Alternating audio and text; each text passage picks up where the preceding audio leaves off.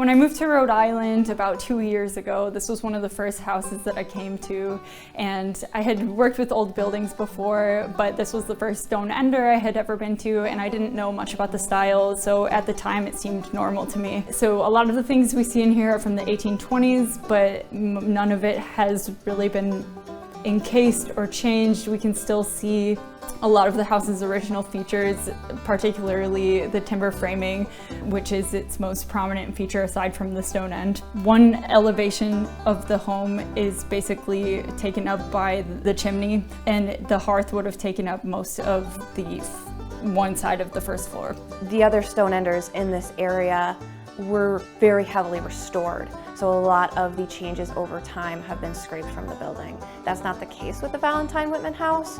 There's so much left here that is original to the building, but also original to the time periods where it's changed, and that really showcases the history of the building and the history of the people who lived here, and that's really important. But as I learned more about buildings throughout the state, I started to recognize all the special things about this place, and I learned more about it every single day.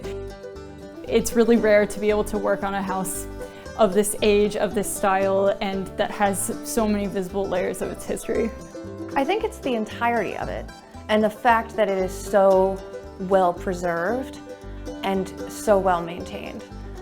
And you really have to thank the town for that and all the previous owners before that, that all of this is still here and intact.